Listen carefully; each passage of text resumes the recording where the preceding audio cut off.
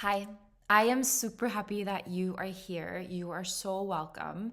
I want to share some new information that I've gathered from my research on my thesis. So, I am a doctoral student in an educational leadership program, and I am studying resilience and conflict resolution and emotional intelligence. I want to understand how to help our field of human services. And I would say that the field, it includes education, healthcare, if you're a DSP, nonprofit, domestic violence, even fitness.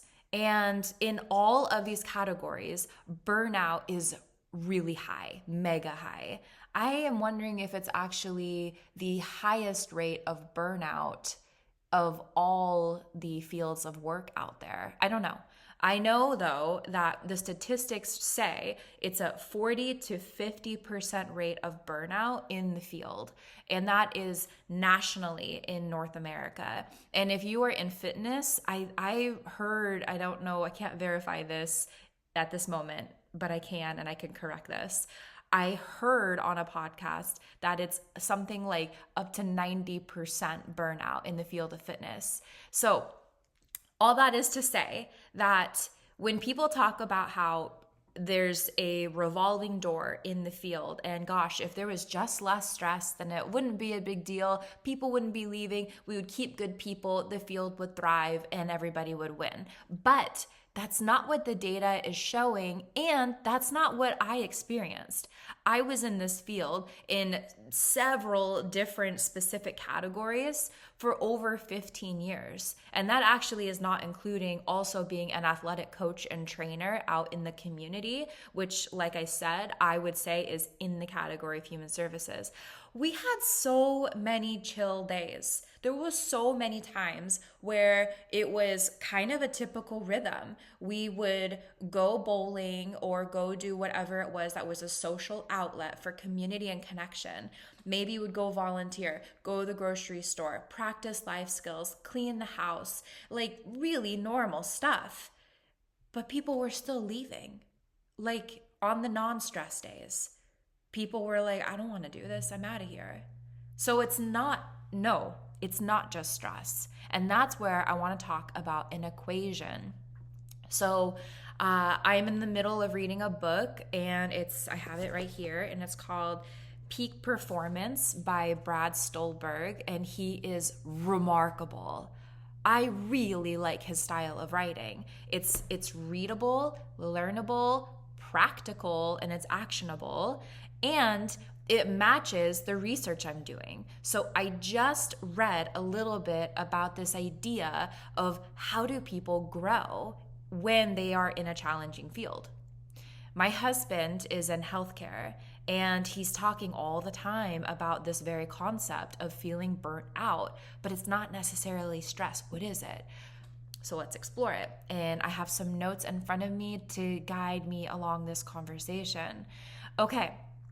So, like I said, stress alone, it does not determine the outcome.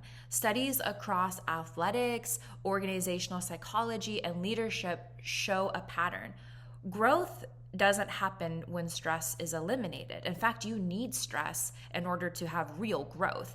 Growth happens when challenge is paired with deliberate, intentional recovery.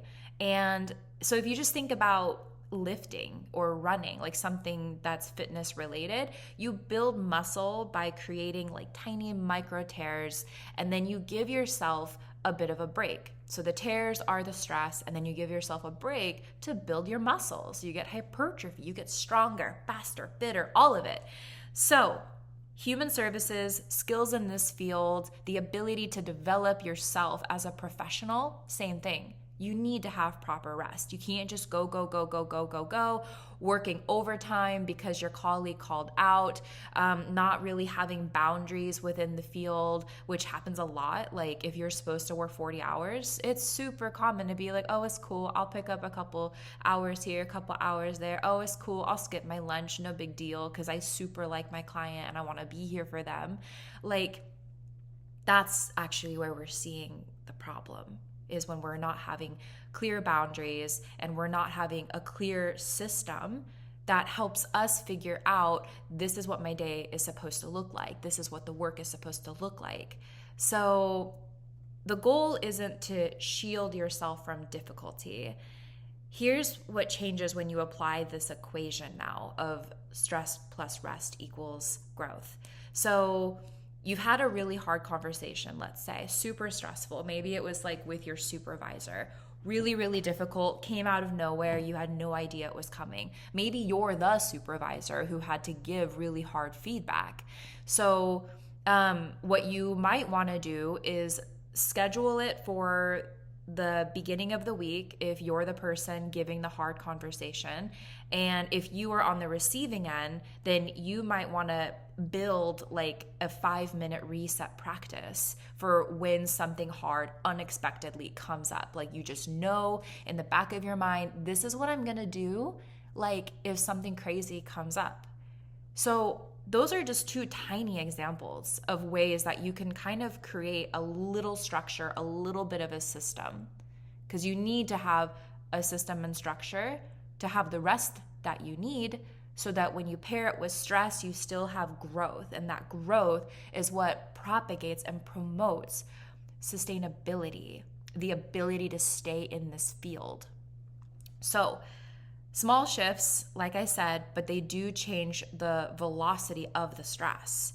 Okay, so when I'm also saying rest, I'm not even saying like taking a vacation. Like I mentioned, it's just about respecting your boundaries, which like a lot of people are saying, like, you know, my boundaries, respect my boundaries. Like all I'm talking about is like taking your lunch break. All I'm talking about is like doing the 30-minute break that you get, which like isn't even very much.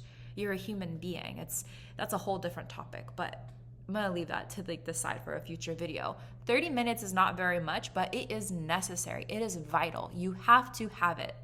I personally know what happens when you don't do that. It affects you psychologically. It affects you in your soul. It's kind of like this tiny, quiet disrespect, like a betrayal of yourself.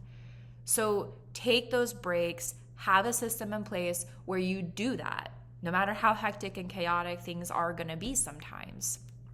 So here's a deliberate recovery practice built into the rhythm of your work. So if you are a leader, you're a supervisor, if you're going to be having hard conversations, if you know you have to schedule uncomfortable things, try to do it at the front loaded part of the week, so that at the end of the week and heading into the weekend, there's a little more space to recover mentally and emotionally, both for you and for the person that, or persons that you are having that difficult moment with. A 2-minute breathing reset, so that you know that you can do that at any time when you need to. And I'm not talking about just like you know, you want to have an intentional breathing practice. You can look it up. There's like bazillions that are fantastic all over online. You can message me and I can send you like a box breathing exercise. And again, you could just easily look it up online, box breathing, and like boom, boom, it'll be right there for you. You can plan to have meetings or a class, whatever it is that you're doing, end 5 minutes early, so that you can kind of have a transition buffer rather than sprinting to the next thing.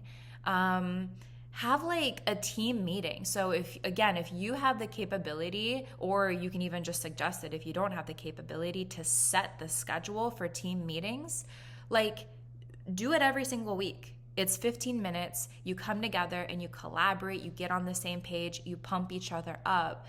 That's like you're building something really important. In fact, relationships, it's one of the most protective factors in all aspects of life, not just in our field, what I'm talking about today. So have a relationship all together, have team meetings every single week. And like I said, make sure that you honor protected time for a little rest, a little bit of a reset, and even try to be intentional with that time. Don't use it to scroll. Like, don't. I'm not even like hating on social media. Like, it's super chill, whatever. Like, what I'm saying is that the best way to rest, the data shows it, and like intuitively, you know this. Take a walk outside and look around. Call your mom, call a loved one, call a friend, whoever. Be in silence. Practice meditating. Take a nap. Like, anything you can like that, but just don't use it scrolling. Just try to avoid that if you can. Okay, so the last part that I want to say is stress alone is not the problem here. We want to make sure that we have a really good way of setting up our lifestyle so that there's a really good container for things. Systems work, rest works, stress works. Stress has a job, it has a purpose, it does serve us, but we have to have the proper equation. And I believe in you. You can definitely do this, and you can last in this field and grow and thrive. So, good luck.